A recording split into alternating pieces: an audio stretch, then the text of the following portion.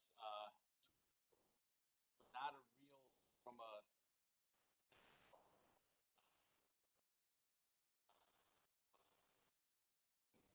still looking a lot we had been. Some of the differences we'll talk about a little ways is the command structure, and that's one of the issues that I want to address as well. Set up as a command structure. But we had back in 2001, 5 lieutenants, or 1 lieutenant, 5 sergeants, compared to now 6 lieutenants, 1 detective sergeant who oversees basically all the support services. It's on here. So some of the challenges, and I'm not saying these are over the last 20 years, but many of them are, and many of them are issues that just become more difficult to address. So clearly a Washington County agency, proud of being Washington County, but we deal with a lot of metro influences. We deal with the same type of stuff that Greenfield's dealing with. Volume, but those same issues. This is one thing that I emphasized. We did apply for a grant, a COPS grant, like we had done in the 90s when we were successful in getting some of those grants. And one of those things I was, Dan Canota was real helpful, and he helped me reached out to Scott Fitzgerald, and we had some discussions. And one of the things we talked about was just this. I think they're looking at us. They have to look at us.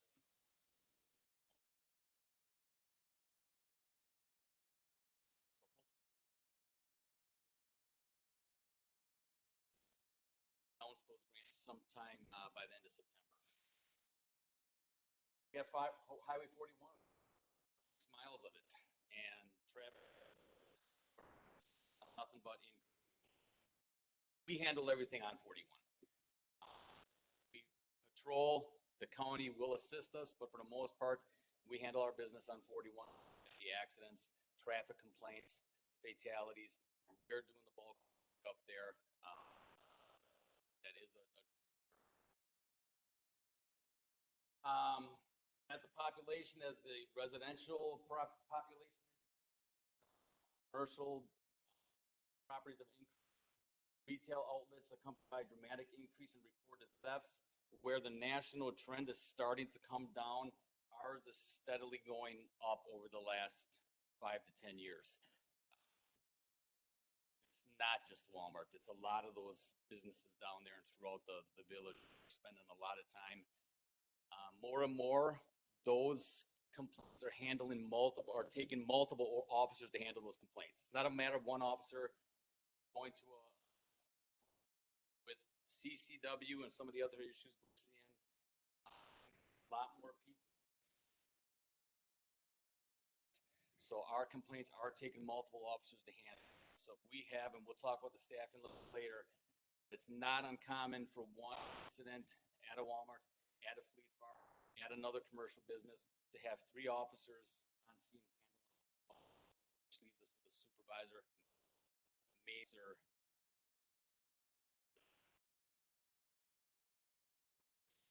Chapter 51 procedures, that's something I could spend around in another. We used to handle the chapters. Officers used to make the determination whether it went much quicker.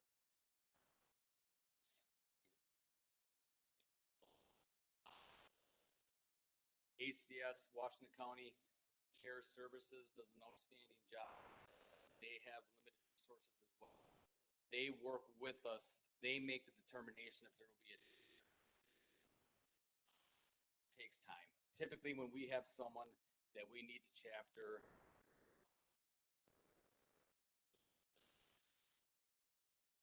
handling the complaints and getting ACS down, they have going on, going to the hospital for medical clearance, finding placement, making transplants. If an officer is assigned to one of those,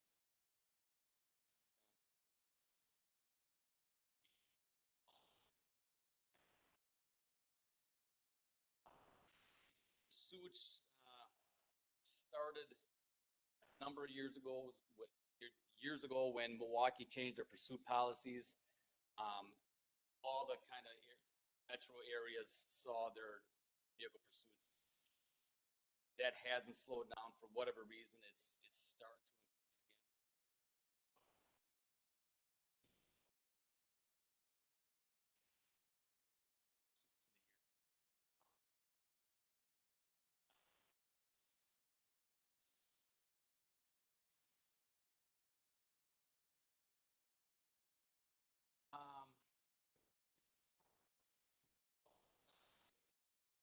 Requirements as a result of that, the training that they're asking us to do.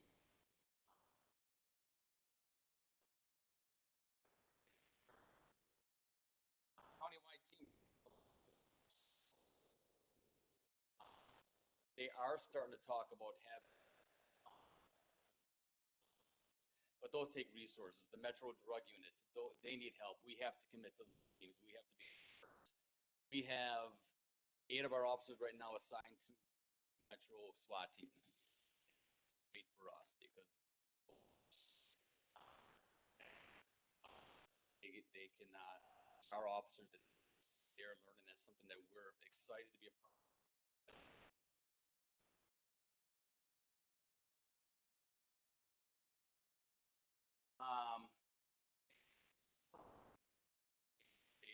They come at a price.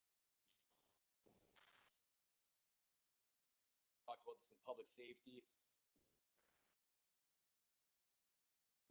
To install some cameras down the line. They are installed along Appleton and Highway Q. License plate readers, since they've been installed over the last month. I think we've recovered 4 stolen vehicles. Based on hits that registered on those. That technology is great, but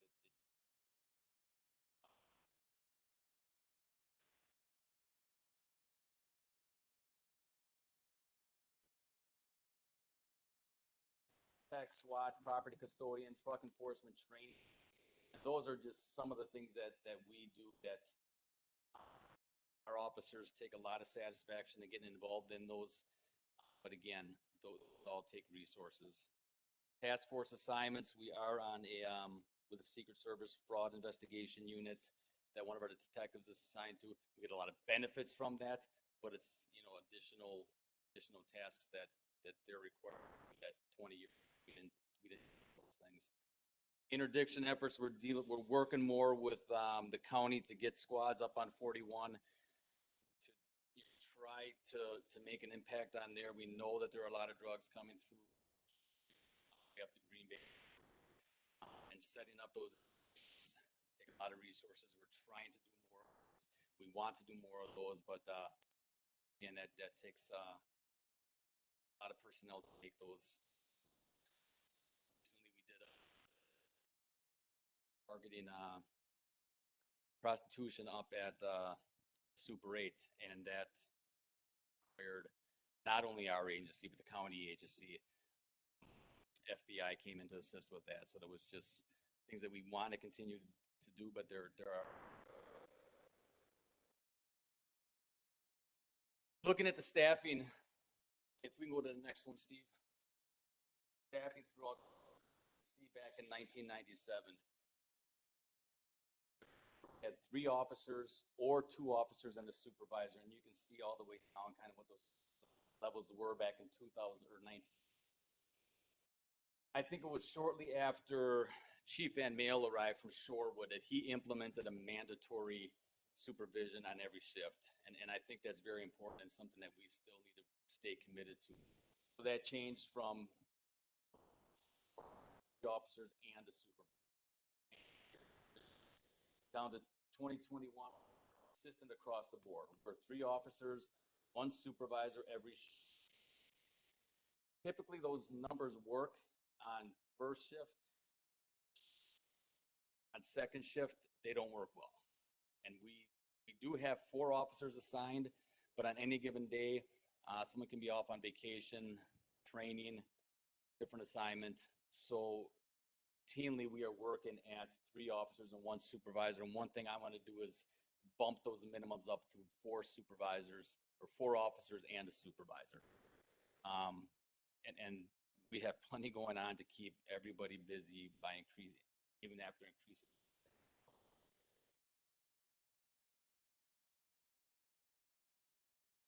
You can go to the next one. Talking a little bit about the command structure now and kind of what. So a number of years ago, I want to say it was early 2000, the village elected, in discussions with the police department, elected to make these sergeants lieutenants. Benefit was there was no overtime. They were administrative personnel, and we had no sergeants at that time. We had 6 lieutenants. These are just some of the things that are assigned to them administratively, day to day, and it's broad. Some lieutenants have more assignments than others, but the tracks, the field training program, ride-along program, intern program, and so on down the line, they're dealing with those on a daily basis, and in addition to everything else that they're handling. The next slide will show you what they're dealing with as a first line supervisor, because they have that dual role. They are administrative and they are first line supervisors. So in addition to those tasks from the previous slide, also reviewing citations, transmitting stuff up to the DA's office when there's an in custody, supervising the road, and along the way, what we're finding is not able to dedicate them to the road. Still going out on serious calls. They're still going out and assisting officers, but it has suffered over the years. But their tasks they have through administration. So we want to get back to the point where we're bringing sergeants back in to work the road, these tasks, to stay focused on the road, to help officers on the street, and take those administrative tasks and just let lieutenants do those administrative tasks. Certainly they would still be available to help on the road, but it's starting to suffer. They're drawn too thin, and we think by bringing sergeants back, it's going to be more efficient. We're going to be able to have lieutenants focusing more on those administrative tasks and assigning them even to more things that they're certainly capable of doing.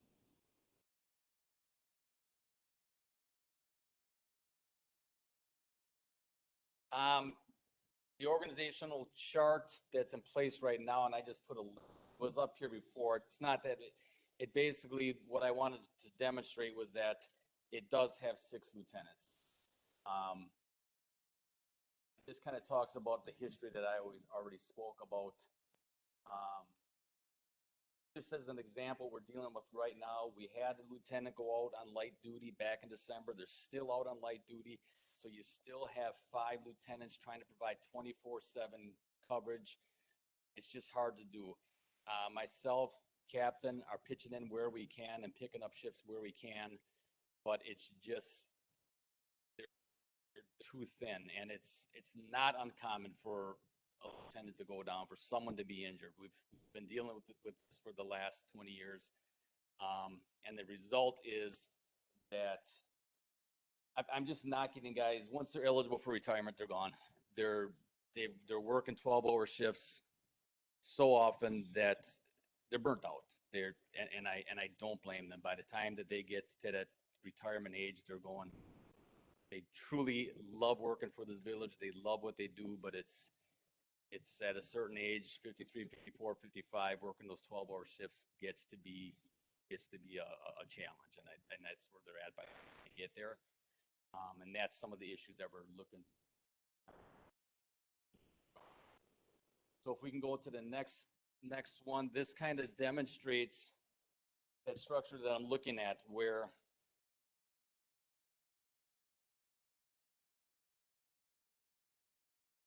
you would have 3 lieutenants, a first shift lieutenant that also is assigned to training, lieutenant that oversees second and third shift patrol, and oversees support services and the communication center. And you'll recall that we did not replace our communication supervisor. She left at this year. They had an IT solution for that. We would then have 2 sergeants assigned to each shift. This one, this is like kind of my right now. So you would have 6 officers on first, 7 on second, 6 on third. That would allow us to bump up those minimum requirements on second shift. Officers minimum 5 officers for patrol. Allows us to carry forward with a mandatory supervision sergeant on each shift, at least 1 minimum. And in the event we have lieutenants that could supervise the road at capacity if needed. It just gives us some more options. The support service size stays largely the same. 2 detectives, an investigator in the drug unit, investigator that helps with crime prevention, and 2 SROs. Again, that lieutenant would also oversee the 8 communication supervisors, the property custodian, and the clerk typist. And the next slide kind of shows most of that. You'll see that it's $600,000 increase in our budget for salary for benefits, which I understand is a huge cost. I get that. That is adding 3 officers. That is changing that command structure, which does come at a cost. You ultimately have 3 fewer lieutenants, but you have 6 sergeants that you didn't have for that. I think. So ultimately, the discussion oftentimes turns to referendums. I just put down a few that have happened here in Wisconsin over the last few years. The first one that I really recall was the Franklin one that was not successful. I think they were looking for 3 officers and firefighters.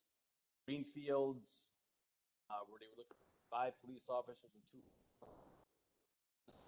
successful, as was Fond du Lac this year.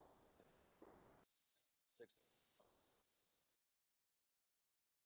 Pleasant Prairie is considering doing one 2022 or 2023. But again, though there's risks to obviously to the referendums. Some of the pros are it does give the community some input. Sometimes that does become adversarial in the community. It's something that we don't see either. But I just threw that out there as I know that oftentimes comes in as part of the discussion. As I said, we have applied for a COPS grant, which if successful, we would bring back and you would have to make the determination on whether or not you would want to move forward with that COPS grant. We have a number of officers back in the 90s that were hired off a COPS grant. I want to say probably 3 or 4. We have not. I don't know if we've applied for any since then, but that is certainly one option that we're looking at. So today is I'm coming here to start the discussion to say I think that there is an issue that we have to have a plan moving forward. Residential growth is not slowing down. not seem to be slowing down. Challenges seem to be compounding, and just want to make sure that moving forward, here to deal with those issues. So thank you for allowing me to come here and talk about these things. Trustee Pieper? What if you move the dispatching to Washington County? Would that help free up some funds? I don't really know what that looks like. I know I have talked to agencies depending on, what some of them have found that they needed to replace them with more clerical and that the savings wasn't what they thought it was. I will be honest, Trustee Pieper, I've not looked into that well enough to speak. I've noticed throughout Wisconsin, most of the local municipalities have been moving it, all the dispatching, to one central county-wide location. I know Ozaki County, they've been doing that as well. I don't know if there's any municipalities, maybe Cedarburg and Mequon, that still do their own dispatching. Mequon does. I don't know about Cedarburg. Oh, no, Cedarburg moved. Sorry, Cedarburg moved to Ozaki County for their dispatching services. Maybe we could look into that. And again, right now, I'm really not here to articulate how that would look for us, or if that solves the solutions or solves the issues or creates issues. But I'm sure that we're going to have discussions on that. It does raise a lot of questions, and that's one of the things we've looked at in the past, and then maybe it's time to look at it again and just see what savings are available through that. As you've been going through your presentation, some of the things that come to mind for me, and I think you led off your presentation with the amount of Highway 41 that you're patrolling. Now, is that from like County Line up to Holy Hill Road, or what? We go just a little bit north of Holy Hill Road. So being at that stretch of highway is more intermunicipality, or it goes through multiple municipalities, has there ever been a discussion of why that isn't just patrolled only by state patrol or county sheriff? And I don't mean to point a finger here, but you're here, so you might as well hear it. But being that it's more of a road that goes through and to, wouldn't it make more sense to have that jurisdiction be broader in a state or county level rather than taking resources away from the local municipality? And I think we have had some of those discussions in the past. State Patrol, I really don't know if it's more of a staffing issue with them as well. Again, and they will assist us on 41, but it's by request, basically. County certainly has helped us, and when we have a fatality, for the most part, they're drawing the diagram. The accident investigation as far as taking the measurements and the drawings and things of that nature. So they are helpful in that regard. But yeah, right now as it stands, and since I've been here, we pretty much, if it's on 41, we get dispatched, we handle it. I don't know if there's been any real discussions to do more than that. I just don't know if, I think counties stretched thin on what they have available. What they're dealing with, asking them to pitch in more is going to be a challenge for them. And you've and I remember going through some of the discussions of when the sergeant position was eliminated, and the reasons for that was to remove some overtime concerns. But in the long term, when you look back at it, it kind of flattened the wage curve where you didn't have that break from patrol officer to staff. It kind of removed that transition wage. So now you have more of an issue with trying to make it fair, because you've got some people that are on overtime and some people that aren't, and then the value of that person that has overtime could be higher or get higher paid than a lieutenant, which would be more of a higher staff level. So it creates its own, it removes one, but it creates others when you're looking at that position. But when you're transitioning back to where you want to go, is that done then by attrition, where through retirement, or are you going to downstep somebody? Yeah, and that's a great question, and one that I have thought through, and I think that it would be done. I certainly I don't have any lieutenants that are worthy of being what would be a demotion. one is retiring this year. I have potentially 3 more command staff members that could be retiring within the next 3, and I could see everyone but one of my, I take it back, except for 2 of my command staff will be eligible for retirement within the next 2 to 3 years. There could be a pretty rapid turnover. Okay, thank you. Other questions? Trustee Chan Miller. Question. You mentioned that some of your staff gets burned out because of the 12-hour shift. Now, obviously, they're on the staff because they're valuable. Is there something that you can do, like just give them a 6 or 8-hour shift or a shared thing if they're a valuable employee, and then entice them to stay a little bit longer? Well, the reason they're working those 12 hours is almost exclusively to fill supervisor shortage. So we have an 8-hour window that we need someone to fill. So basically what they're doing is extending, and the one that's working next is coming in first. So, and that's the problem. We'd love to be able to give them some other options to take away some of that stress, but there's just, with that mandatory supervision, and again, I think that's critical. Trouble, I think, is when things are happening, there's not a supervisor on scene. We have shifts that are very young. We have shifts where the senior guy might have 4 or 5 years. They do need that guidance. They do need that supervision. So going away from that mandatory structure would be a step in the wrong. Trustee Kaminsky. Just a couple comments. First of all, I would like to get a copy of your presentation. Maybe Deanna or somebody can send that to all of us so I can really take a look at it. Coming into this 2021 budget period, are you hoping to make dramatic changes for next year, or is this just to set our minds at how we can chip away at this? Yeah, I think realistically it's something that can't happen for next year, but that we can start chipping away at it. That's the way to say it. And just that everybody recognizes, especially with the growth that we're seeing in the village, I am concerned that 5 years down the road, we'll start looking at it now. I agree with you. I think we have to start looking at it now. And if there are patches that need to be applied, this is the perfect time to be talking about it as we enter the budget period. There's no question that public safety, in particular law enforcement, is under a tremendous amount of stress, especially in the last 3 or 4 years. And I certainly want you and all of your people to know that we appreciate everything they do. Thank you. Everybody knows it's not an easy job, and I think collectively we will do what we can to help you. Thank you. Trustee Baum.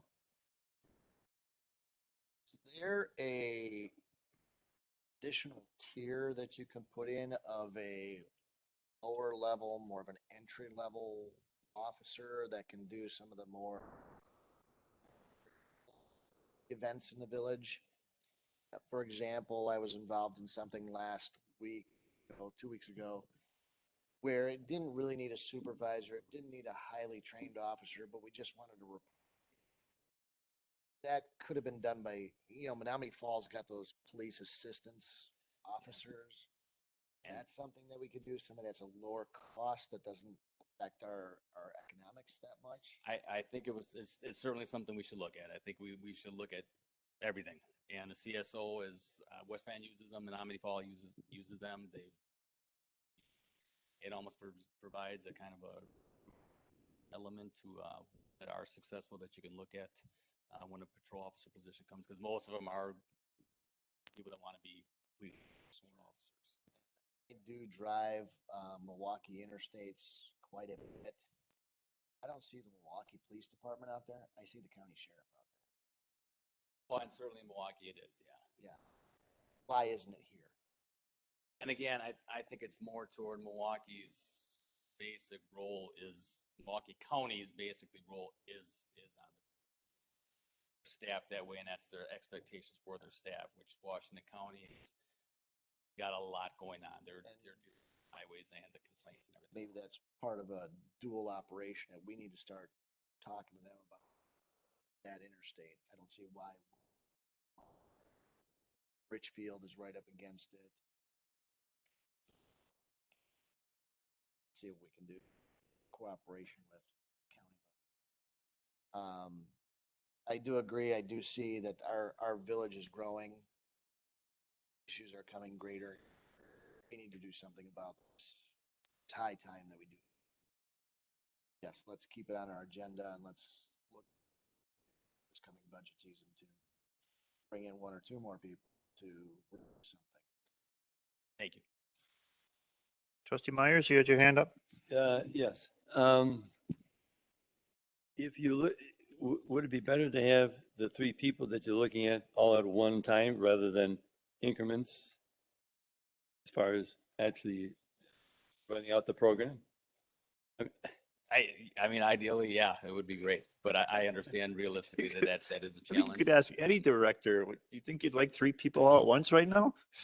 I'm looking at in regard Yeah. to the operation aspect of it, Yeah. per se. Yeah, I know what If you're they only put one on, it doesn't, I don't see it doing what you really want to do.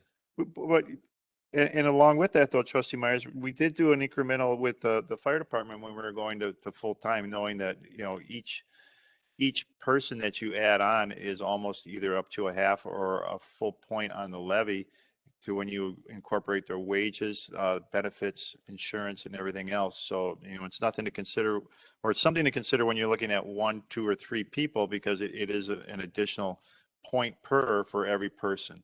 And we noticed that on the fire department. We also notice it now on the, we'll notice it when we do the police department as well. Here again, I was looking at from the operational aspect. Mhm. I understand the rest of it from previous years. Good. In regard, but thank you. In regard to the contract, is that something that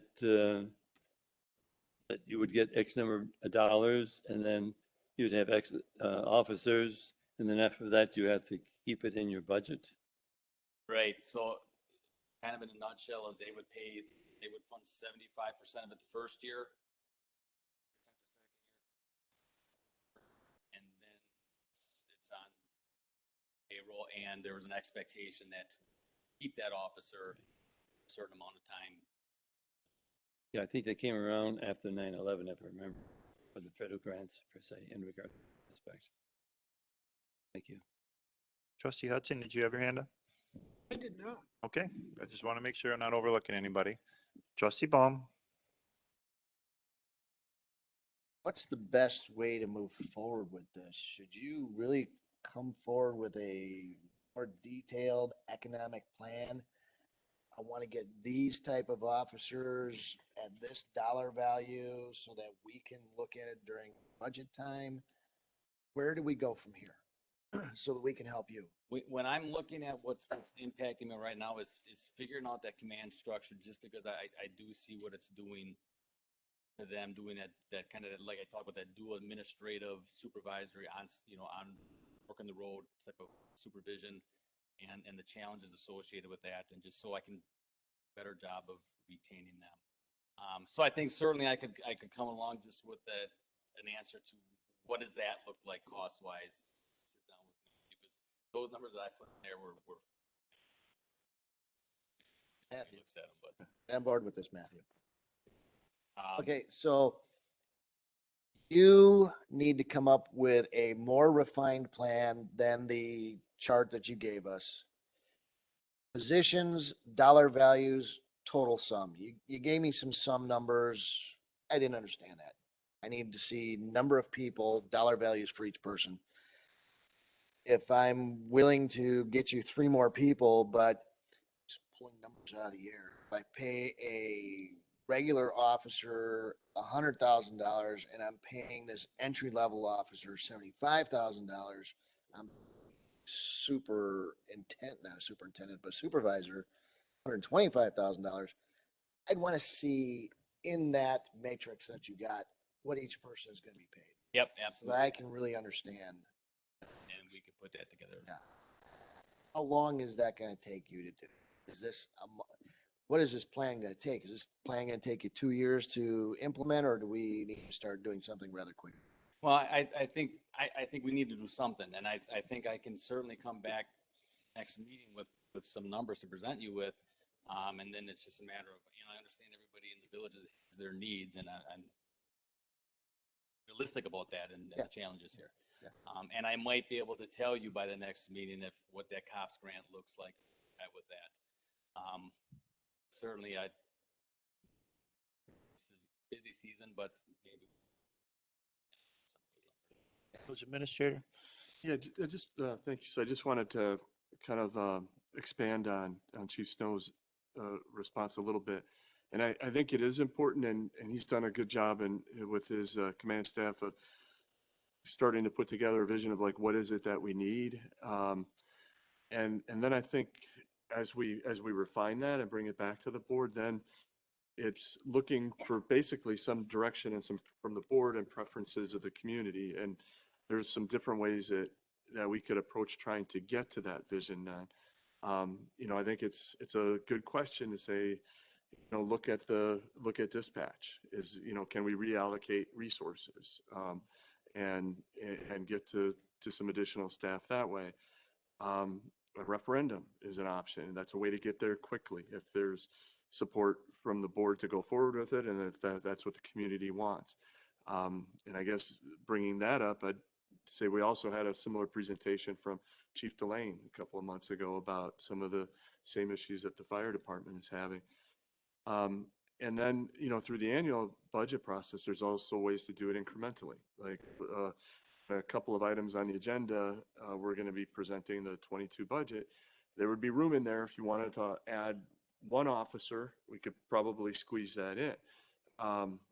To add 3 per shift, there's no way that's possible to do as part of an annual budget process. But well, I shouldn't say there's no way to do it, but that'd be a big challenge in an annual budget process. So I think it is good for next step to come back with a refined vision, some more costs, and then start talking a little bit about how does the board want to proceed, towards getting that implemented. And on top of it, it's not just I'm adding 3 officers or 2 officers, however many per shift. Each of those officers needs a squad car. Yes. Each of those officers needs a camera. Yep. Each of those officers needs a computer. Absolutely. There's more numbers than just what you presented here. So Absolutely. And I'd like to start really seeing what all that is, so we can start helping you put a plan together. I think this presentation starts that process, which I Does. appreciate him coming forward and saying, this is where we are, this is where we were, and this is where we want to be. And that starts to set a plan for us that we can look at when we get into the budget season and know that, the ultimate staffing plan that would work best for the village is something to shoot for long term. We also understand very clearly the importance of public safety to our residents. It's one of the top 3 for the cost of property taxes that they look for us to provide. So it's important, and I do appreciate you coming forward and showing us your plan and a good idea of what its needs are. I think we're all here to support you. We just need to know what your plan is, and let's figure out how to get you there. Other questions? No other questions? Thank you, Chief. Okay, thank you very much. All right, next item under new business is new business item F, Resolution 28-2021, a resolution adopting updated bond schedule for municipal court cases. Move approval. Approve. Motion made and seconded. Discussion on the motion to approve.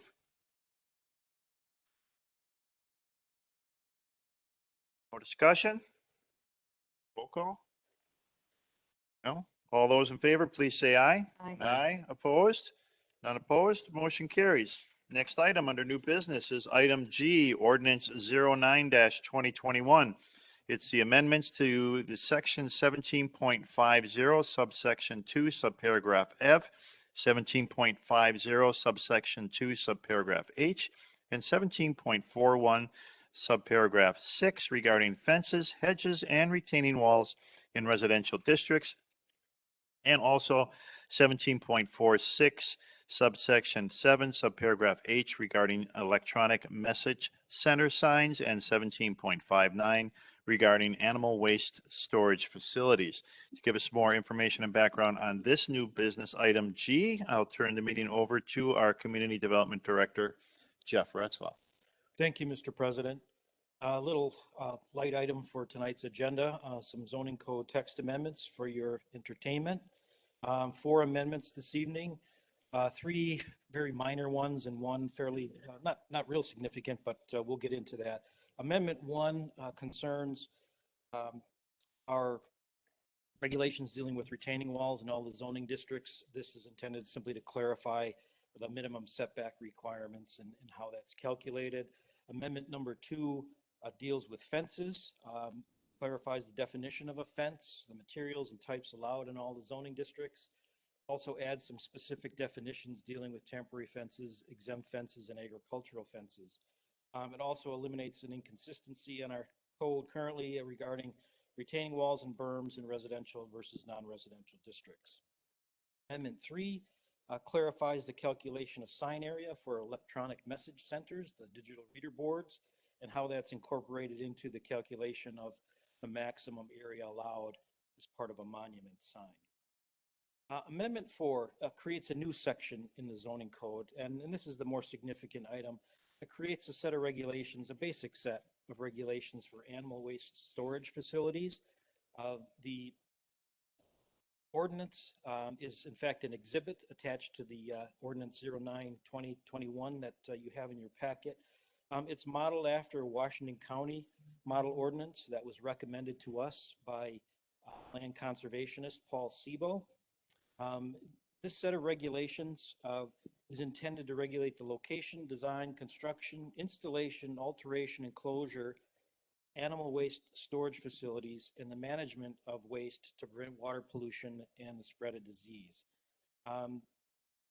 Regulations themselves would be administered jointly between Washington County and Village of Germantown staff pursuant to a memo of understanding, second item on our agenda this evening that follows immediately this. And with that, the Plan Commission recommendation that was put together last week when they met is to recommend approval of the 4 amendments to the zoning code.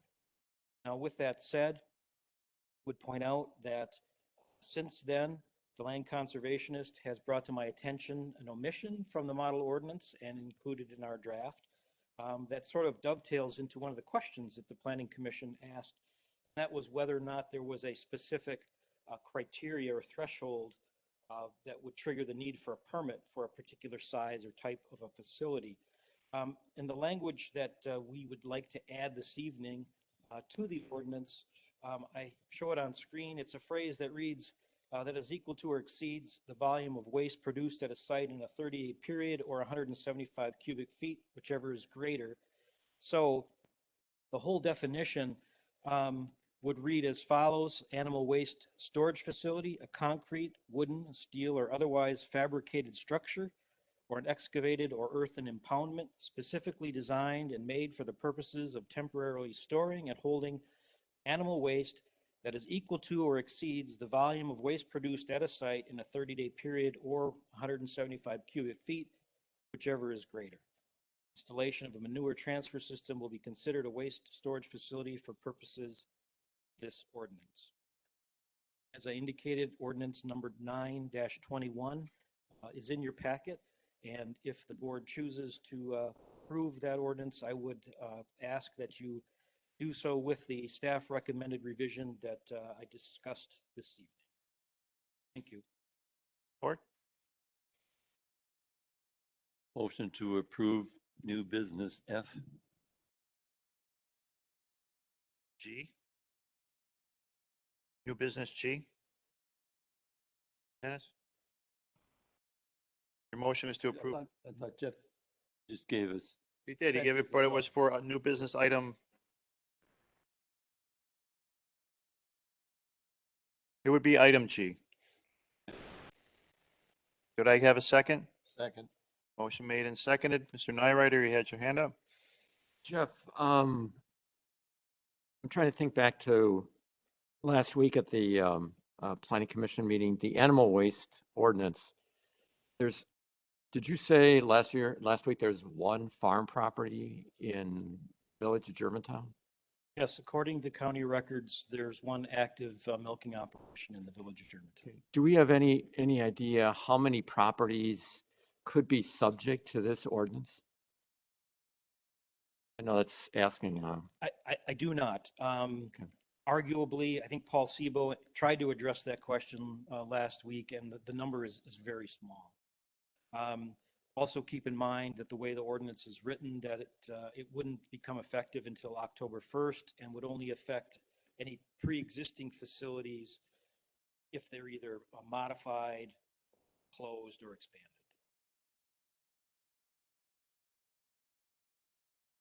Further discussion?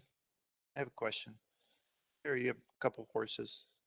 What, that part that was added that is equal to or exceeds the volume of waste produced in a site in a 30-day period at 175 cubic feet. That's a lot of poop. Is it? Yeah. They have a lot of cows or a lot of horses. Glad you asked that question because I did a little research following our last week and I've learned a lot about horse manure. Not that I didn't know. Well, we have already, probably more but- horses in the village than we do a cow operation. Well, 175 cubic feet, if you imagine an area that's basically 8 by 8 by between 2.5 to 3 feet high, is about 175 feet. Now, the alternative is amount of waste that is generated in a 30-day period, whichever is greater. So depending upon whether you're considering wet manure with bedding or without, the amount generated would basically be, if you're calculating or boarding horses. If you're calculating the amount with bedding, you're looking at about 5 to 6 horses you could have with a pile that would accumulate over. Okay, that's good, good gauge. I just would add too, I think a lot of horse facilities that have horses like that, they very regularly do one of two things, not that it won't be affected by this ordinance. They either have a disposal service, it's actually hauled off-site at least once a month, or they have enough land that they pasture spread it regularly. Okay.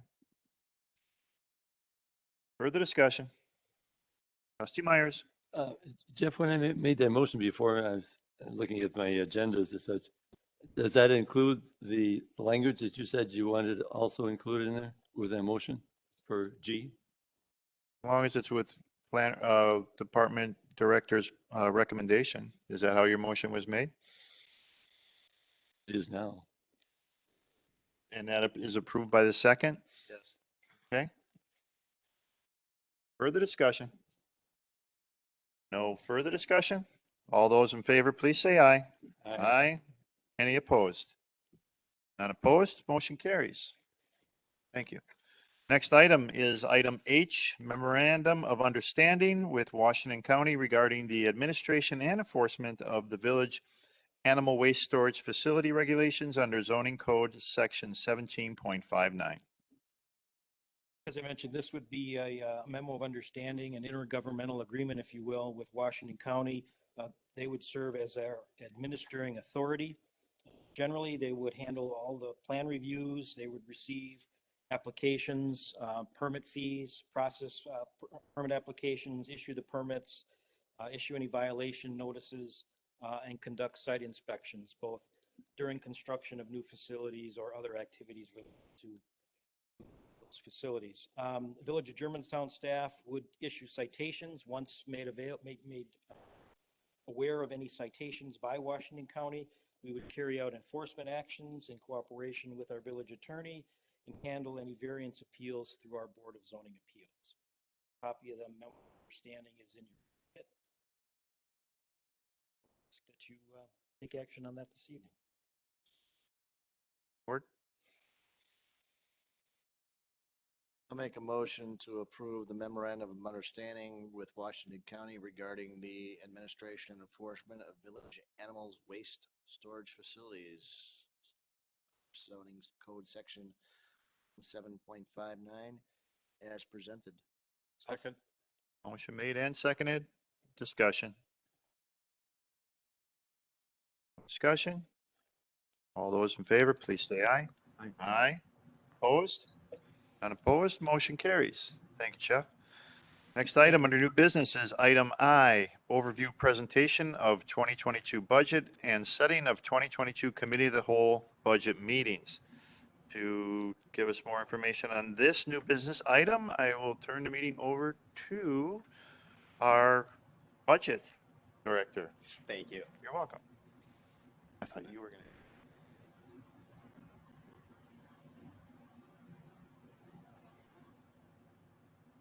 That's right.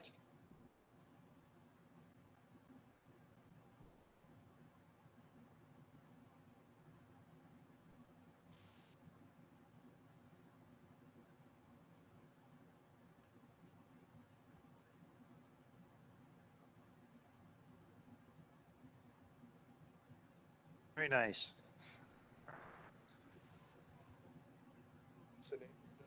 His name's Theo. Golden.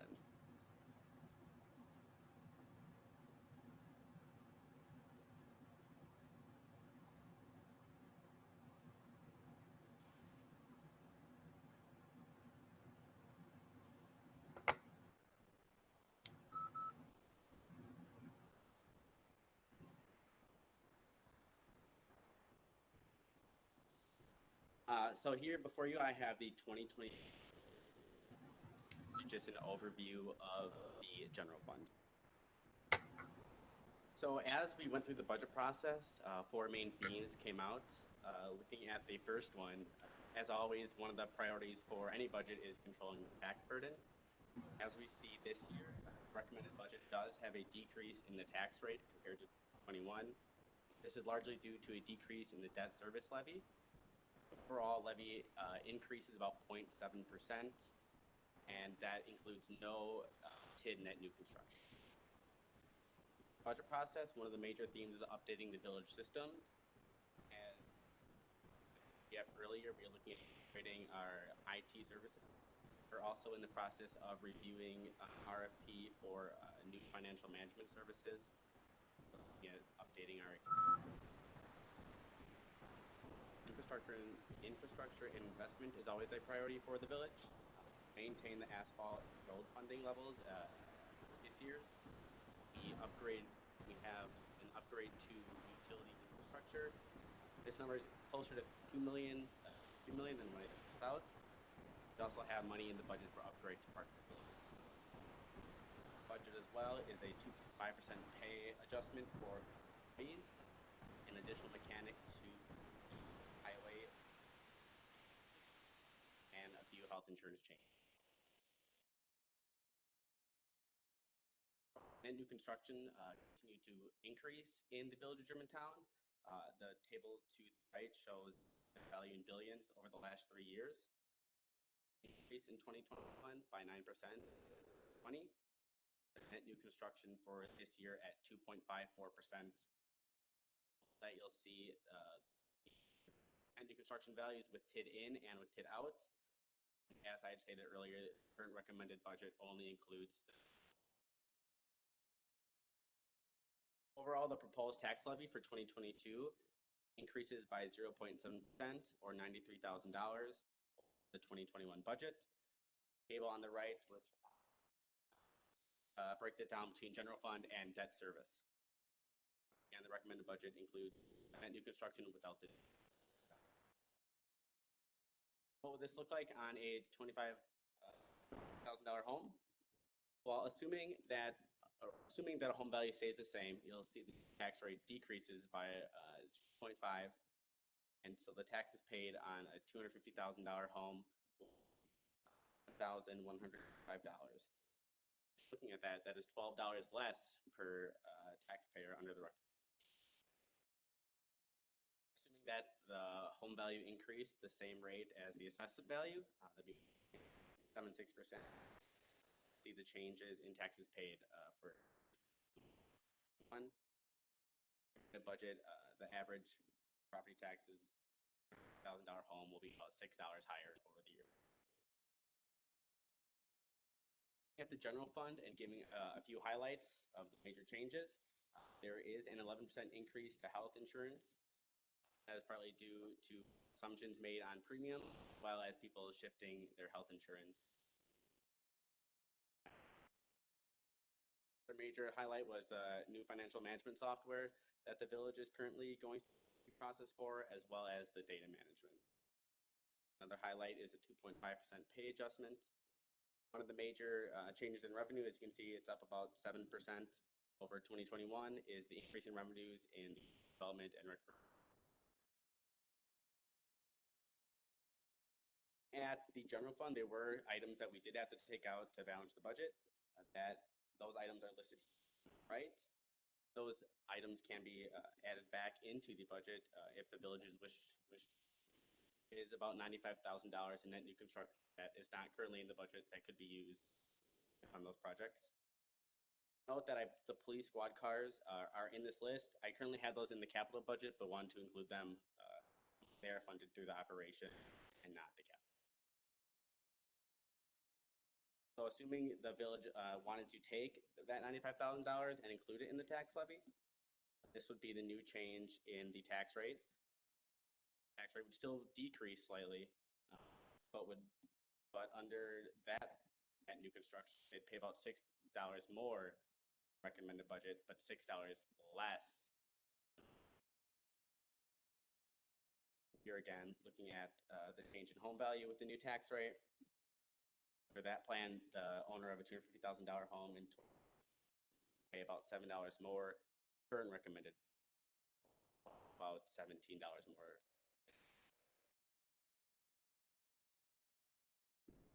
If they list,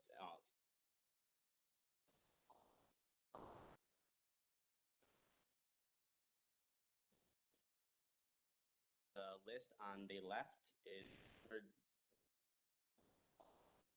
target goal for village borrowing per year.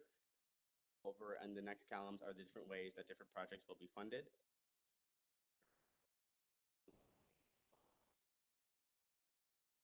A couple capital projects did get taken off recommended budget. Two of them are in the DPW. This was mostly due to hitting our target goal of $3.5 million. Second one, the Maple Landing Road, likely going to be funded in 2020, the HISP grant. $1 million for the community park and the village trail network plan. Again, looking to hit that target goal of $3.5 million.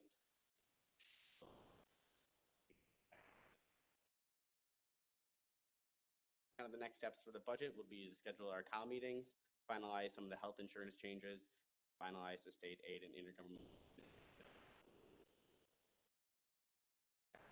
Questions? Trustee Baum.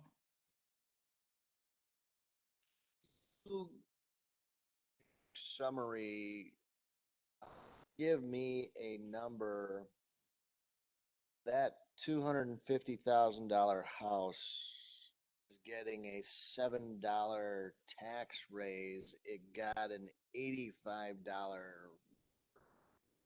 It's getting, what all that kind of stuff. You've increased a lot of fees lately. Yeah, that is something. Tell me where they're all at. Yeah, that is something I can take a look at. One place. Yes, that's something. Trustee Hudson. This is something we looked at, or I looked at when we discussed the public fire protection. Shout out to our assessor, Mark Brown. He had said it was over $250,000. Be the median value. Yep. Further questions? Thank you. Trustee Neureiter. Just one comment. I like one of your opening slides that says controlling the tax burden.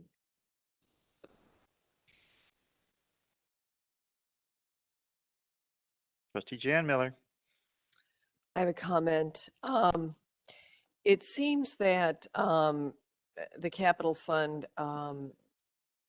that you want to take away is Parks and Recreation is getting heavily hit. You've got $1 million and 30,000 for the Village Trail Network Plan. We had a resident come up earlier and talk about how important it was. We had a survey done and they talked about how important it was to put in trails, whether it's walking, biking, or whatever. So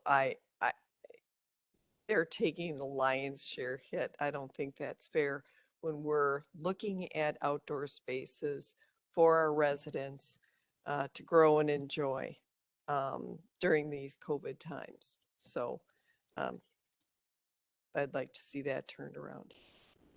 So you would propose putting the $1 million back into the borrowing? Yes.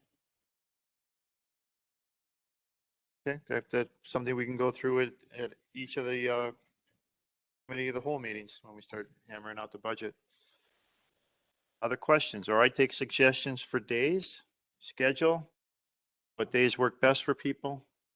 Mr. President, if I could just, one thing I just wanted to point out related to the Village Trail Network Plan. That was in the capital budget request. I don't believe that would be bondable. And if that is something that the village board would like to put back in, we probably would look to have to use levy dollars on that plan. Okay. Tuesday, Thursday, Monday, Tuesday.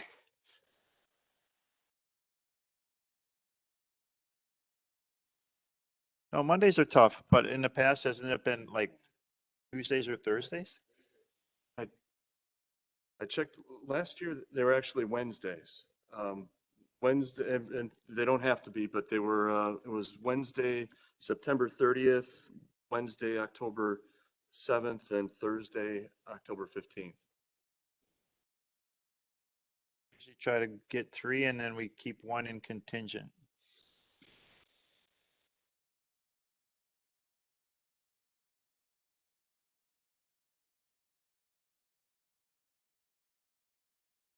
Time? 7 o'clock.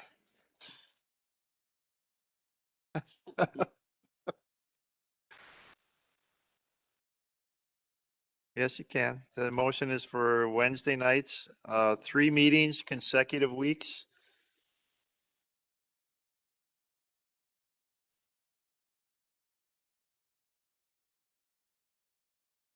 The 29th, I've just been pointed out to me, is Mark Schrader's retirement party.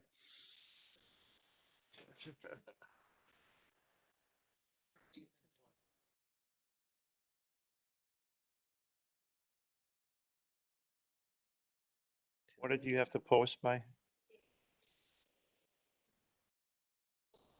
This requires 15 days publication and it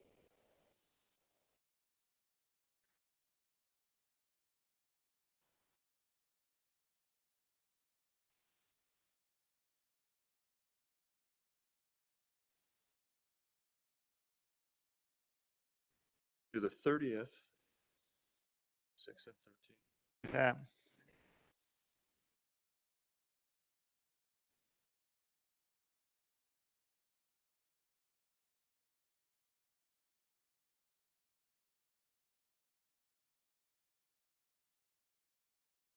We have a second? Any discussion on that motion? Trustee Kaminsky. The only comment I have is please put Public Works on the 30th or the 6th, because I believe I have an engagement I can't get out of on the 13th. Okay. Other discussion? Other discussion? All those in favor of that motion, please say aye. Aye. Opposed? None opposed? Motion carries. Thank you. Okay, next item then on new business is item J, a vision for Washington County Next Generation Housing, presentation by Josh Schoman, the county executive. Josh, podium is yours.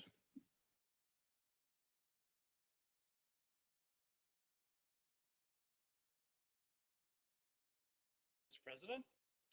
And Thank you for the opportunity to speak to you tonight. I'll keep it brief to 45 minutes or so. That's it. Jeez.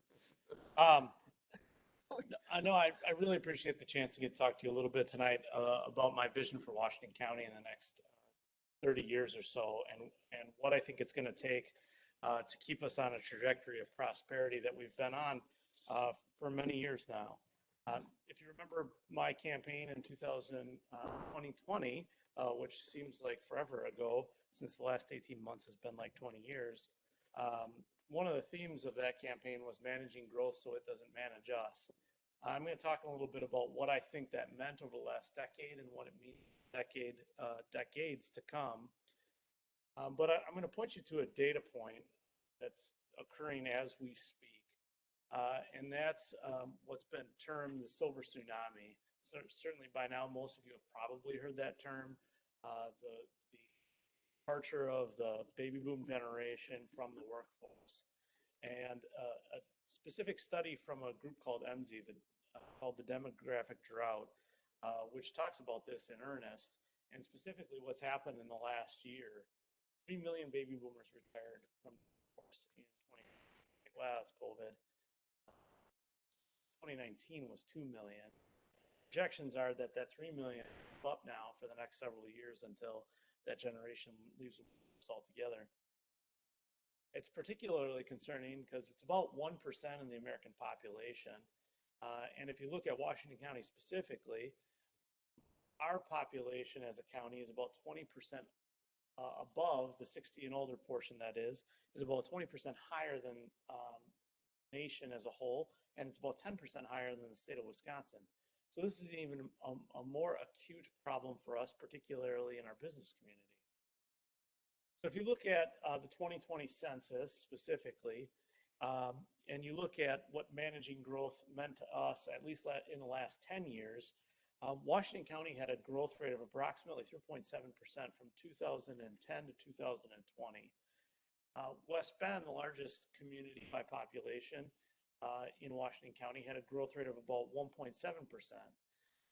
And so if you project that out and you compare it to that 1% retirement rate that I just talked about a moment ago, we're not even close to keeping up with the type of population change that we need to have people moving to this county or living in this county at a higher rate than the year before just to keep up with retirements. Germantown specifically, looking at that same data, was at about 5.9%. And while that's better than both the county and West Bend, it's still about just over half of what we need in order just to keep pace. So what does managing growth so it doesn't manage us look like in the decade to come and the decades that follow that? I really believe it starts with our kids. And what I mean by that is Washington County graduates about 1,800 to 2,000 students per year from high schools. These are our children and our grandchildren. Over half of those, now there aren't really good statistics on this, and I've worked with the Workforce Alliance on trying to improve that a little bit, but about half our students leave for college after graduation from high school. Somewhere between 10 and 25% more go to the military or to see whatever's next in life.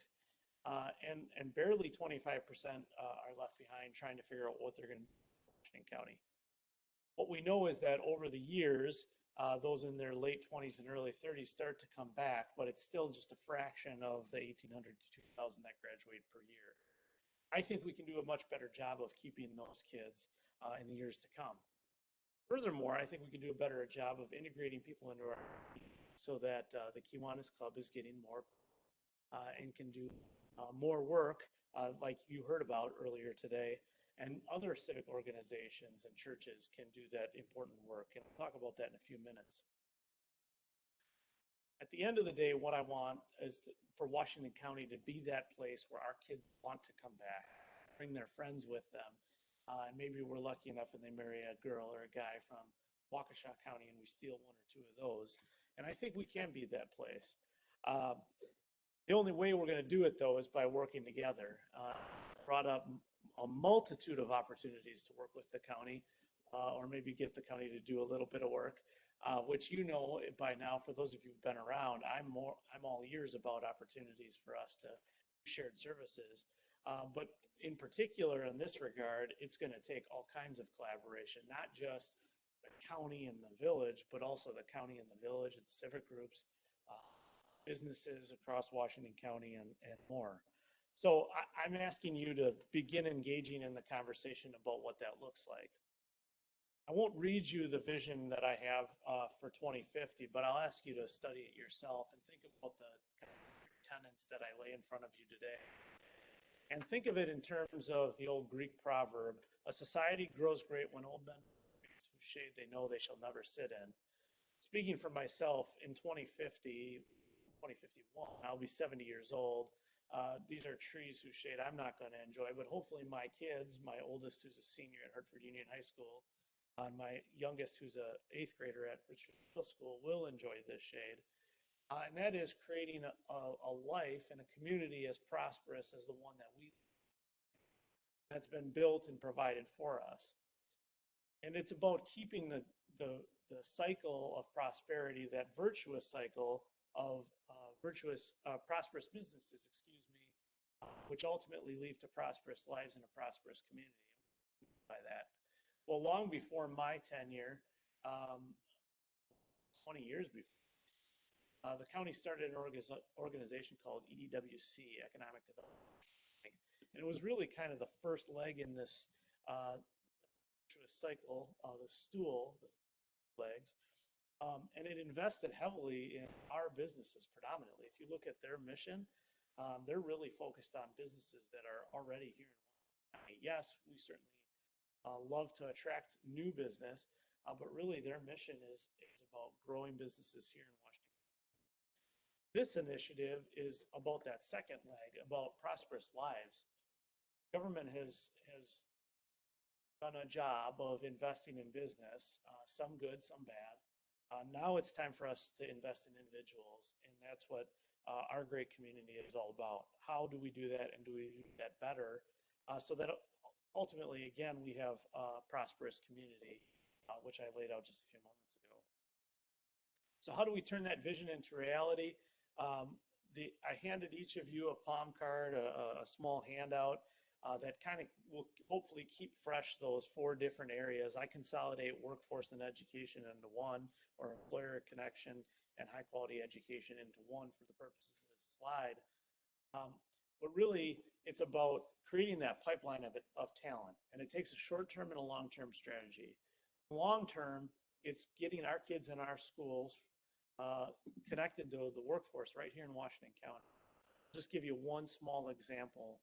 I have, as probably your organization does, I have the opportunity to work with interns in seasonal positions every year at the county. And we just hosted an event with them back in August at the end of their season, if you will, and talked about 8 or 9 of them about what they were going to do next. Out of those 8 or 9, 8 of them indicated they'd be interested in moving back if they could actually find a place to afford to and a workplace to be. Over the course of the last 6 weeks or so, I've been working on identifying a path for them to be able to have a job here in Washington County, eventually, hopefully, a place to work. And there are certainly going to need to be short-term strategies as well, because you don't have to go far, probably from this building, to find a place that can't be as open as much as it'd like to be, maybe, or could add another shift if it just had enough workers to fill that space.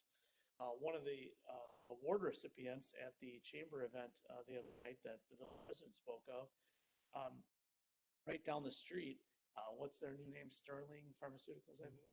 Used to be Alchemy. For that, it was Cambridge Major.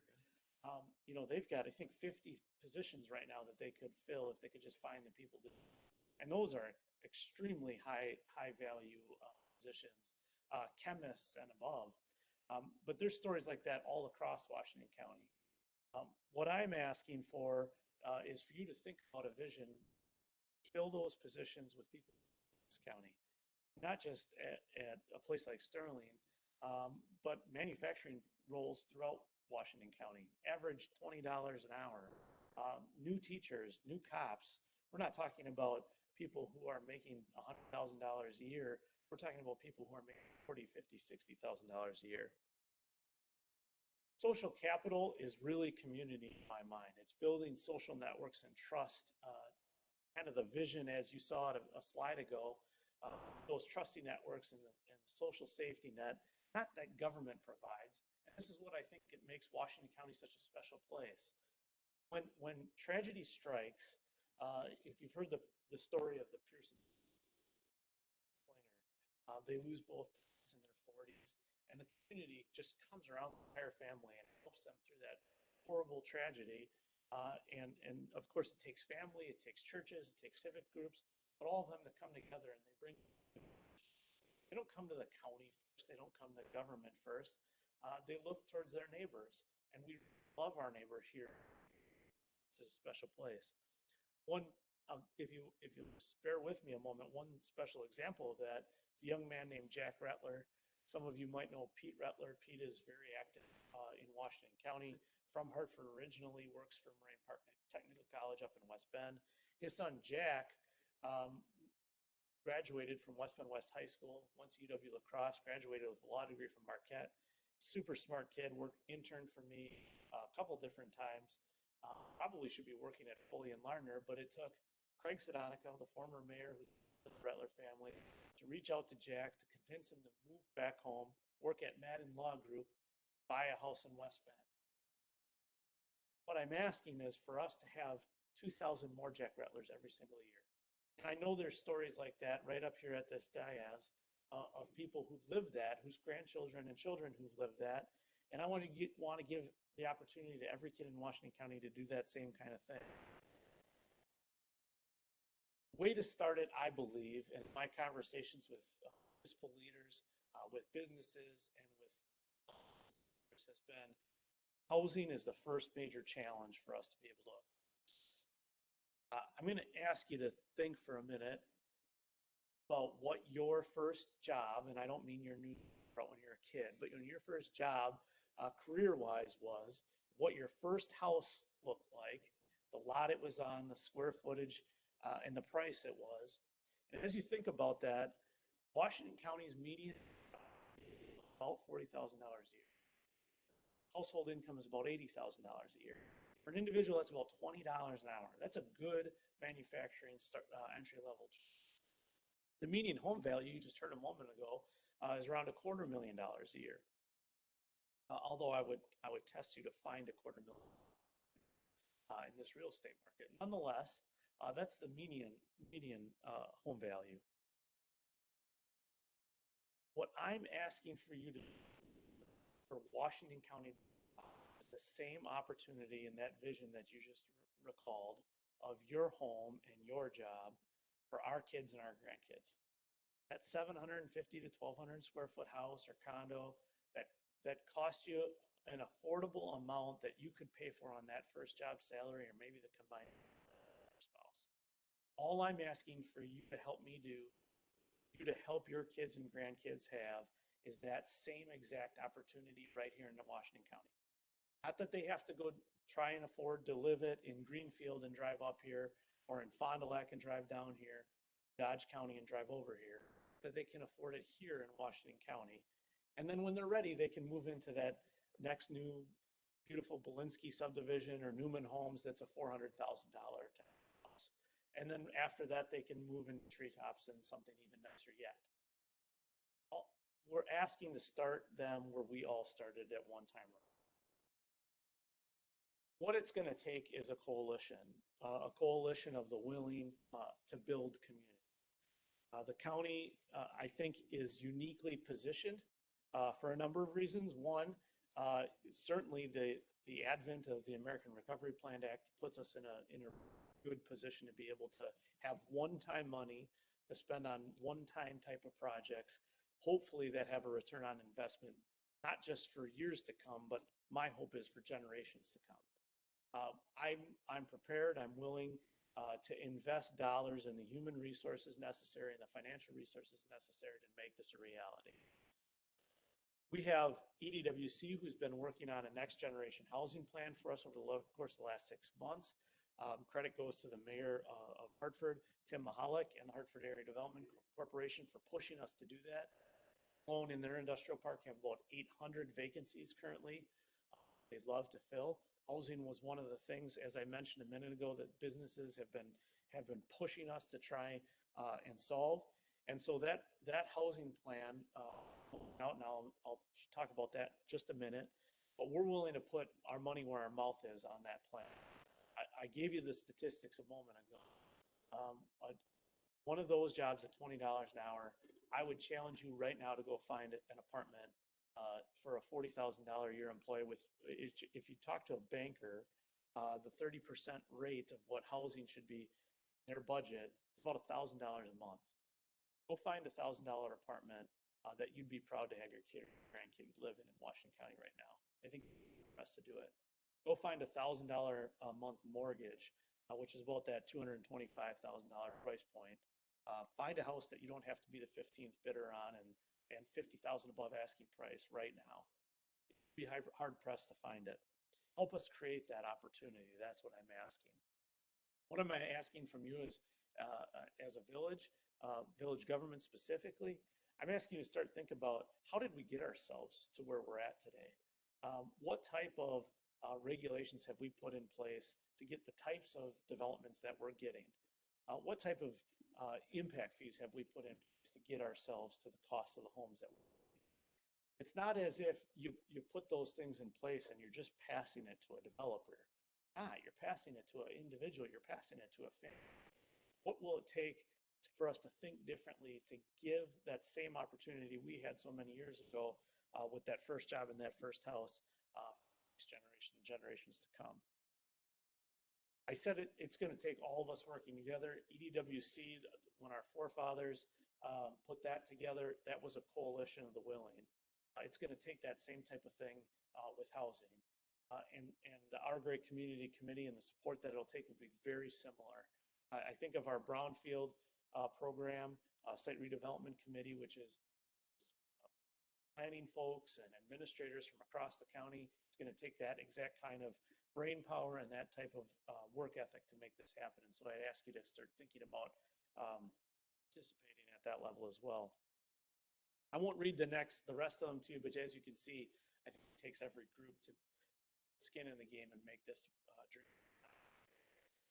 So the immediate action next steps, and I'll end here. Share the vision of our great community. Take that handout, share it with who you will, share the concept in general. Join a local civic group if you haven't already. Clearly, they're dying for members. Everyone that I know of, whether it's American Legion or Kiwanis group or Rotary, please do so if you haven't done already. Maybe more importantly, identify one kid 18 to 25 years old. Help them create a path to move back to this great community. There are so many amazing things that we have to offer, and I know many of you have great opportunities that brought you here. Find one person to help them take that same path. There are some really good employers in Washington County, and in Germantown specifically. There's some great places and great opportunities to find to live here. Hard to work at and find.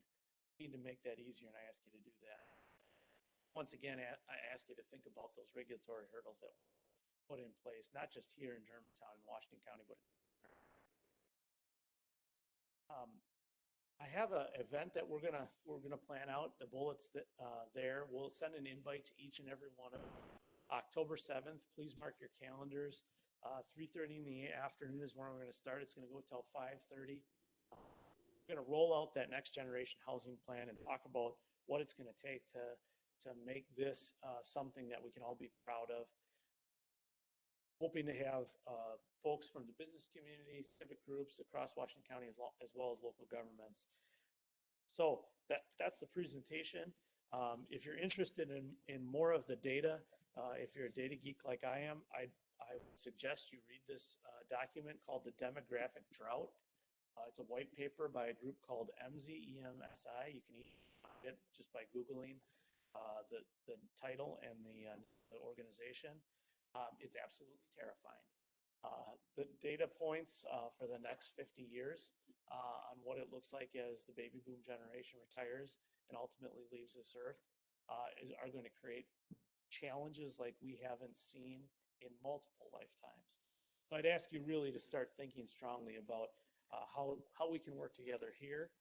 And I haven't done this at any other presentation, but I've also never been called out so many times without being given an opportunity to talk.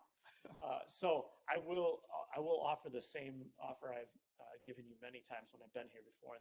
We're open to any conversation about shared services and collaboration. It's something I've been very proud of as administrator and now as county executive, and I look forward to those future discussions with you.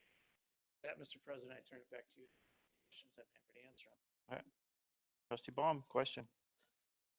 When you talk about this housing market, you're not referring to a subsidized housing segment. You're not talking about what they call workforce housing. Have a name for this type of housing, because in our 2050 planning, we have talked about this. That's not our community. That's not our community. We subsidize people. So what do you call this small house? Small house, I've found that labels have the tendency to do exactly what you just described.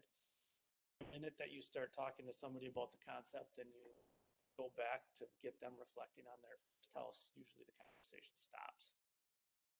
You can actually start a dialogue about how would we actually do. It's certainly workforce housing. I could stand up here and deny. But I think of what I learned about from post-World War II. GIs were coming home and they were all going off to get degrees and living in trailers for a period of time, and then all these subdivisions all over what became suburban America started popping up. It's the same kind of concept. If you look at what it took for employers at about that same time to get the employees they needed, a lot of those subdivisions, a lot of those developments were actually business funded. So county government certainly has a role to play, but I don't see subsidized mortgage payments. I don't see subsidized rental payments. Seen the costs of the infrastructure that require, possibly, but not subsidizing somebody's obligation to pay. Going to be a marketing campaign to get members of our community to change their attitudes towards this and accept smaller house. I've heard it from people in this audience. It was offensive to me the way they responded to it. Or when we're talking about housing, are we talking about house standalone, or are we talking about housing in regards to home, condo, or apartment? Anything and everything, because it seems like we have this implied moratorium. We will not accept multifamily housing anywhere in this community. We will not accept 900, 1,200 square foot home. I talked about it during our 2050 plan, and I felt like I was scoffed at, but can't have that here. You can't put that in that area. It starts with a changing of attitudes and a changing of minds of people in this community. It's an educational process. Have to educate them, and that's where it starts. I think it's helpful to start with the data, which is why I started there in the presentation. You start to think about here. I mean, a lot of our county is in the baby boom generation. You think about that, and you're one of the people saying, "I don't want that. I don't want those people," whatever that means to you. Who do you think's going to take care of you in 10 years? It's already a problem now. Washington County has a nursing home, and God, if we can find LPNs and CNAs to work. But the other thing I do want to touch on is we're not talking about rentals. While multifamily housing certainly has to be a component, it's a small component. I mean, again, it's post-World War II America. These are 750 square foot homes that are nice construction. It's just a matter of put a lot of damn restrictions on subdivisions in America, especially in suburban America. I've been close enough to this area long enough to know, I mean, I was part of the problem. So I think it's got to be in specialized areas. There has to be thoughtfulness about where they go.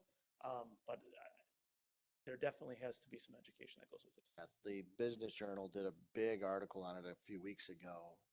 There's a place up in Fond du Lac, a developer up in Fond du Lac area that is doing this, and they're right at the edge. They're bumping up to that level, trying to do what they can to keep the prices down. And one of the conflicts they run into is, yes, I can afford this house, but I like this amenity, and they takes themselves out of a house. Problem throughout the state. Trustee Nyrider. Josh, first of all, I got to say, it's nice to hear the county take the lead on this, okay, and pushing this. But I guess what my one comment would be is when I was your age, it was hard to keep our kids here because there weren't jobs. That's reversed. Now the jobs are here. Now the housing isn't here. So it's, it's interesting how that has turned over the years. But we definitely need to do something. And I can say too, from my days when I was on the Richfield Town Board, we were, you worked there. Some of our restrictions and whatever almost made it impossible for this to happen. And I think we got to start, that attitude's just got to change. Yeah, I mean, government sucks. What can I say? Our job is to be reactive, and so here we are. Yeah. 5 years into the baby boomers leaving. The exciting thing is we're one of the first, because I read that same article and they're running into all kinds of problems. Government's one of them. One of the things when I look at my own experience and my own situation, my kids are a little bit older, more established now, but at the time that they were going through that initial process, when you talk to that generation about how long you've been at a job or one job for 20 years, 30 years, they look at you like you're crazy. For first of all. Secondly, what they're looking at and what you see some of the changes happening in the job market is there's job jumping. I mean, they start small and they move quickly. So they always don't want to be encumbered by a house. And part of that is they're carrying a little bit more debt than we did coming out of college. They feel that each time that they go from one job to the next, there's experience gained in each different type of job that they go into, whether it's a different demographic that's there or a different structure of management that's there. They gain that experience that they can take to their next job or a learned skill level. And then they're also looking to kind of increase their position within whatever their career is. So there still is some of that hopping going on. Are we looking to accommodate that within Washington County? Or are we just looking to capture that first group or that first investment? I think the answer is we try to get the first investment, and you hope that 75% of them put roots down and are job hopping, but it's around Washington County instead of right now. They're gone. Generally speaking, they don't come back. So I think if we can simply keep up, like I said, if we can get 50% of our graduates to come back and maybe County win, and I'm all about winning. So yeah, I don't think there's a silver bullet solution, but I haven't been trying to heck off. Oh, and we know we've had WCTC come here and give us a presentation. Paul came and he flat out told that Germantown is missing the 25 to 35. They are not coming here to going to some of our surrounding communities and even into the Fox Valley capturing here. I literally have been at 5 facilities in the last 2 months, and at every single one of them, high school graduates from Washington County High School just can't find a house. And it's not like they don't know people, it's just there's no. So they're moving to Vaughn and they're moving to Waukesha. They just can't get any. Other questions? Trustee Pieper. Okay, we all live here because we're on the board. How many of you guys work in Germantown?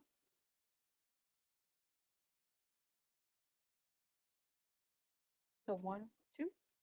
All right. How many of you work in Washington County besides you two? So one more. We don't necessarily live where we work. I don't work in Germantown. I work in Menominee Falls. But I chose to live in Germantown, and I chose that for a reason. I chose this is where I wanted to raise my children because when I started putting my kids in school, Germantown was the place to send your kids to school. County Line had the Blue Ribbon Award. Doesn't anymore. Has any school in Germantown or in Washington County had the Blue Ribbon Award since then? I don't know. I know Germantown hasn't had it. But I think you're overlooking that generation because they're looking not to just live there after high school. They're looking to find some place to live that they want to raise their children. Would I necessarily pick Germantown right now as it stands if I was starting over and didn't have any kids? I'm not quite sure. I'm not quite sure. I don't know. I might pick Cedarburg. They have a lot to do. A lot to do there. There's a lot of places to walk with the kids. Schools are really great. I might that. So what's setting us apart from Cedarburg or Thiensville or Mequon? We have a chance at being affordable. They don't, and I could find 10 people in Cedarburg. But it's not so much about being affordable. It's a place where you want to raise your kids, where you want to start your life. Where can you walk to? What can you do there? Totally agreed. Can't afford to live there. Actually, it is. The bottom line is if you can't afford to live, you don't even have the discussion. You know, a lot of people have made some huge sacrifices in their life and financial budget. Make sure that their kids go to a school that they want them, that they feel comfortable sending them to, knowing they're getting the best education and support possible. I think presentation was awesome. I think it's right on point, but I do think some other considerations need to be taken to why our generation isn't staying here. There's plenty of reason. No, I completely agree. I think that's one of the biggest, though. Trustee Jan Miller? I think that age group that you're referring to, Z and millennials, I think they're looking for an experience. They want connectedness. They want great food. And they want a lot.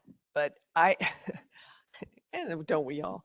But I think that Germantown, compared to the walkability that Trustee Pieper was talking about, like in Cedarburg or Mequon, Thiensville, and stuff like that, we haven't achieved that here. So there's a whole group when they graduate from college that go home, right? And then they save because they get insurance from some of them from their parents, right? Till they're 26, if they're lucky. So I'm not sure. I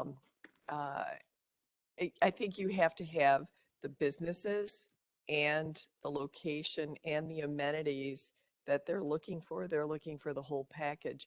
And with everybody so remote right now, virtual, I'm not sure that living in the village itself is that important unless you have all the amenities that you're looking for. That would be my point. But I mean, it's eye-opening that they want to return home.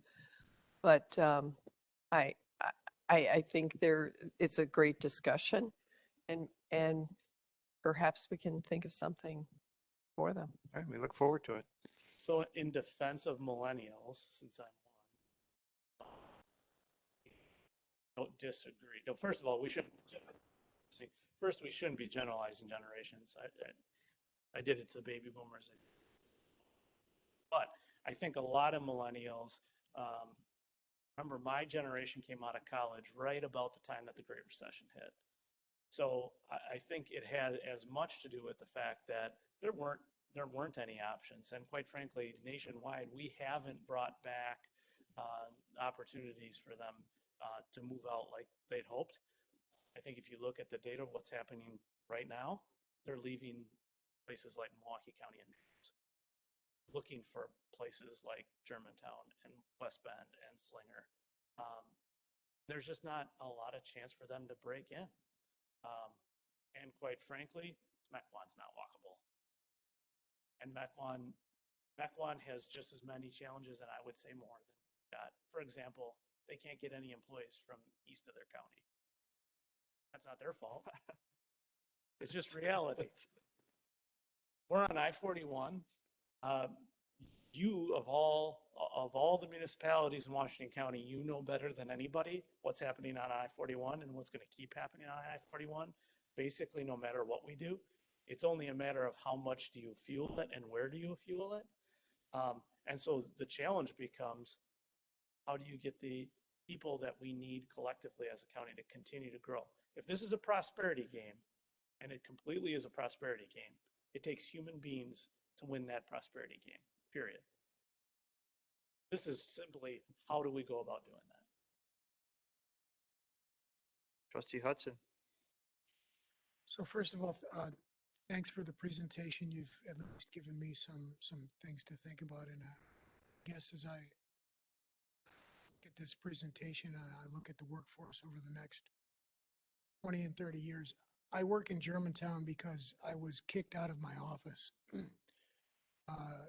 at the start of the pandemic, and my company has told me that I am never going back again, which is great. I'm completely satisfied with that. But what I do question is when you mention these smaller homes, you are precluding the ability of a person to work out of that home.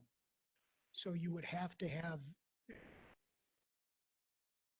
homes look much smaller when you got out of them for like a year. So what are your thoughts as to where you see the workforce going, and how would these homes fit in that continual shift to remote work? I certainly don't have all the answers. I think you're all proving that tonight, but I do believe that is as big of a part of this discussion as anything else. And I do think you're in your early 20s and you're starting a family. I think you do. I'm sure the walls do creep in. Ask my wife; she's one. But we're talking about a starting point. That's why they were called starter homes at one. Answers your question. Trustee Pieper.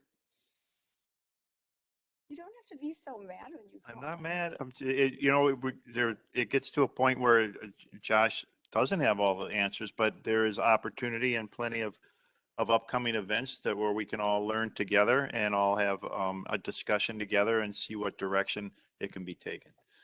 So if we're going to continue to talk about an advantage of one community over the other, or how we're going to get to the smaller homes, I think you need to participate in what he's asking here, and that's an opportunity for learning.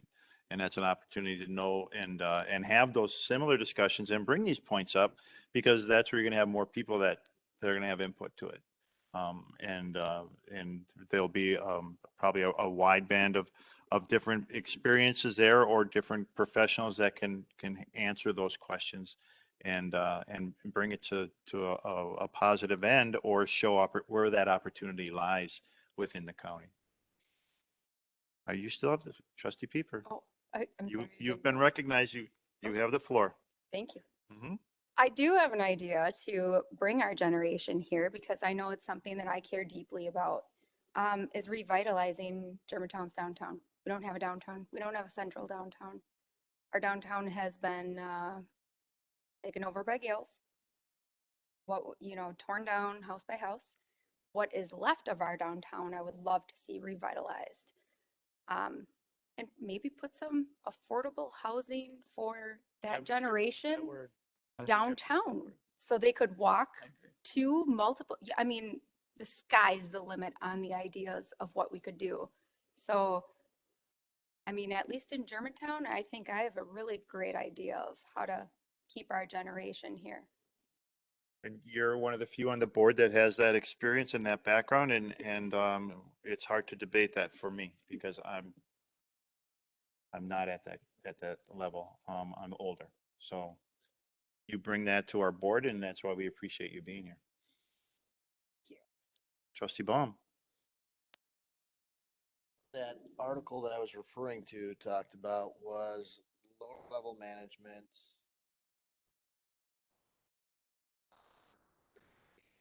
Shop workers, that husband and wife are making $40,000, and those the jobs that we are bringing to.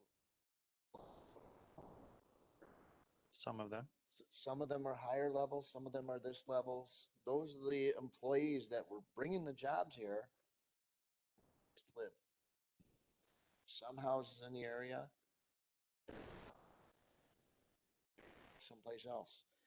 Yes, we all live in different areas. I work downtown. I live out here in Germantown. I came out here. These people taking these new jobs would find the same reason be out here for. They'd like to do something a little more economical. They don't want the $400,000 house. They don't want what we in the industry call the McMansion. Just huge 10-acre lots with 5,000 square foot homes. People don't do that anymore. We've seen that in the development brought in. So yeah, I see the need for it. I see where it's going. So we can put it. 50 plan, there's plenty of opportunity, both having it, filling it up. Any other questions? Okay, thank you for your presentation. Thank you. For Appreciate it. it. Next item under new business is item K, Resolution 29-2021, consideration of resolution authorizing amendments to $2,140,000 for the Village of Germantown, Wisconsin Industrial Development Revenue Bonds, Series 2015 for Machining Concepts, Inc., project that they are having, issued on February 12th, 2015. Approval is presented. Motion made and seconded. Discussion. Everybody understands what it is and what it means? This is by no means of the village is beholden to these bonds. We're basically taking our percentage of interest allowable based on our bond rating and giving it that opportunity to Machining Concepts. All right. If there's no discussion, then all those in roll call? Really? I mean, it's not on us. I'll do roll call. Roll call vote, please. Trustee Baum, Aye. trustee Kaminsky, trustee Hudson, Aye. trustee Rick Miller, Aye. trustee Ann Miller, Aye. trustee Myers, Aye. Aye. I Aye. Thank you. Next two items are for closed session. Well, I'll read the first one is the Village of Richfield Potential Water Sewer Memorandum of Understanding. The village board may enter into closed session per Wisconsin Statutes 19.85 subsection 1 subparagraph E for the purpose of deliberating or negotiating the purchasing of public properties, the investing of public funds, or conducting other specified public business whenever competitive or bargaining reasons require a closed session, and then may reconvene into open session to take such action as it deems appropriate. And item M, the acquisition of property in the area of the intersection of Donges Bay and Wasaki Roads for a new Department of Public Works facility. The village board may enter into closed session per Wisconsin statutes 19.85 subsection 1 subparagraph E for the purpose of deliberating or negotiating the purchase of public properties, investing in public funds, or conducting other specified public business whenever competitive or bargaining reasons require a closed session, and then may reconvene into open session to take such action as it deems appropriate. Take a motion for L and who's included.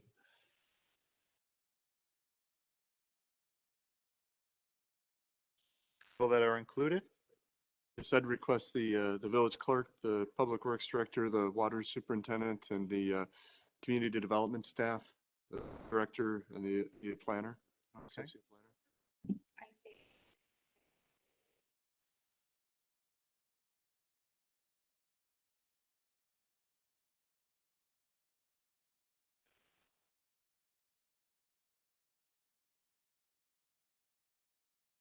Good excuse, sir. All right, motion made and we have a second? Okay, motion made and seconded. Any discussion? No discussion. We'll do a roll call vote. Trustee Rick Miller. Aye. Trustee Kiefer. Baum. Trustee Kaminsky. Trustee Jan Miller. Aye. Aye. Trustee Nightrider. Aye. Aye. And motion for new business item M. Motion to go into closed session for item M with the same people. Is that correct? Be exactly the same? All right. And we have a second? Any discussion? No discussion. Roll call vote, please. Trustee Rick Miller. Aye.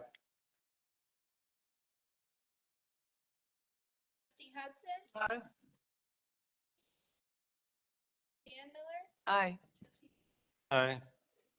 Trustee Nightrider. Aye. Aye. Before we go into closed session, just one quick announcement. The next regular village board meeting will be on Monday, October 4th at 7 p.m. here in the Village Hall boardroom. We will be adjourning and allowing the audiovisual room to clear out, and then we'll go into closed session. If we go back into open session, it will not be televised. Thank you all for coming tonight. Thank you all for watching, and have a good night. Turn off your microphones, please.